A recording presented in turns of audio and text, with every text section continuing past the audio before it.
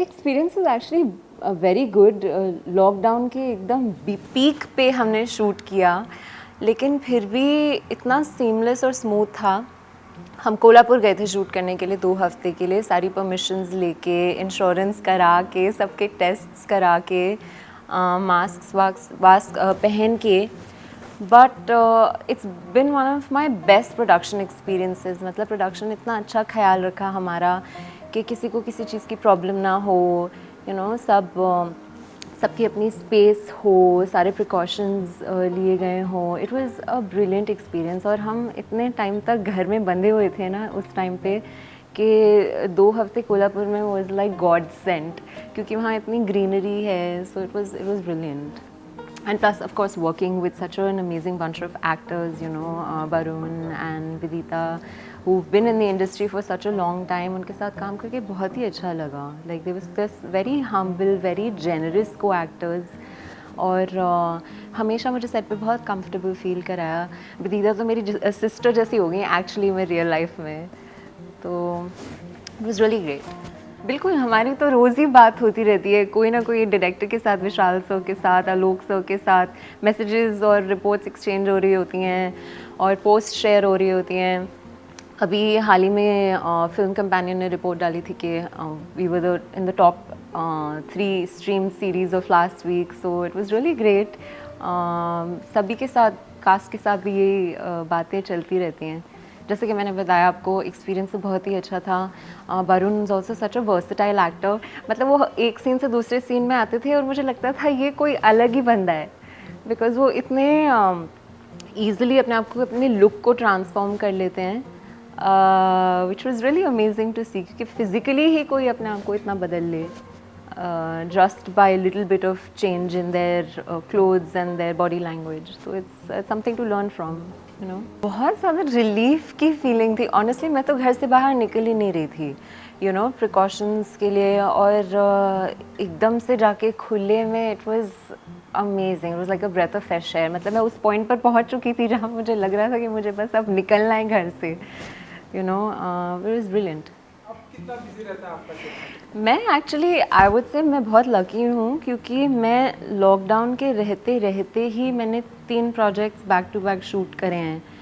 और उससे पहले भी मैंने अपना खुद का सॉन्ग रिलीज़ किया, because I am also I sing and right. And मैंने कोर्सेज किए थे बहुत. मैंने पहले ही डिसाइड कर लिया था जब लॉकडाउन हुआ था कि मैं खाली नहीं बैठूँगी. और इस साल को when I look back on this year, मुझे ऐसा नहीं लगना चाहिए कि मैंने पूरा साल गवा दिया. तो मैंने फिल्म थ्योरी में कोर्सेज किए, वर्ल्ड सिनेमा में कोर्सेज किए, और जैसे कि मैंने बताया अपने म्यूज़िक पे काम किया, और 3 projects back to back shoot किए. तो मैं बहुत ग्रेटफुल हूँ. अभी भी शूट कंप्लीट हो रही है. तो touchwood, I am very busy और लकी. मैं बहुत ग्रेटफुल हूँ. बिल्कुल, जैसे मैंने बताया, फिल्म थ्योरी और जो वर्ल्ड सिनेमा है, इसकी हमेशा मुझे क्यूरियोसिटी थी. मतलब I studied as an actor, लेकिन उसका कॉन्टेक्स्ट जानना, फिल्म की हिस्ट्री जानना, कैसे बनी थी, अपने आप को एजुकेट करना, क्लासिक्स देखना, जो ग्रेट फिल्म मेकर्स हैं उनका काम देखकर समझना, एक्टिंग स्टाइल्स कैसे इन्वॉल्व हुए हैं ये समझना. आई थिंक ये सब बहुत इंटरेस्टिंग है. खाना बनाना तो सभी ने मतलब मुझे आता था, बट आई डोंट थिंक मैंने इतना खाना कभी बनाया, इतने नाना प्रकार के पकवान बनाए हैं. वो किया. और बाकी तो जैसे मैंने बताया, मेरा काम तो चल ही रहा था. एक्चुअली मुझे अलग अलग क्विजीन्स खाने का बहुत शौक़ है. मैं बहुत बड़ी फूडी हूँ. तो मुझे जो भी कोई नई चीज़ अच्छी लगती थी, जैसे खाओसुए हो गया, खाओसुए बना लिया, बेक कर लिया, अलग अलग टाइप के फ्लावर्स ट्राई किए. रॉ बनाना फ्लावर से बनाया, डेट बनाना, ब्रेड बनाई, पिज़्ज़ा घर पे बनाया फ्रॉम स्क्रैच, इटालियन क्विजीन बनाया फ्रॉम स्क्रैच. तो बहुत डिफरेंट एक्सपेरिमेंट्स चल रही थी, रोज़ ही कुछ नया. बिल्कुल, होपफुली, यस, गॉड विलिंग. मतलब I am already planning to work on my next song.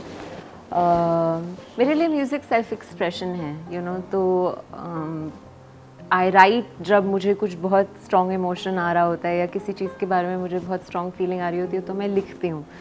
तो उसी का एक्सटेंशन है। म्यूज़िक हमेशा से बचपन से मेरे ज़िंदगी में बहुत बड़ा हिस्सा रहा है। तो music and dance, I am a trained actor, dancer and singer.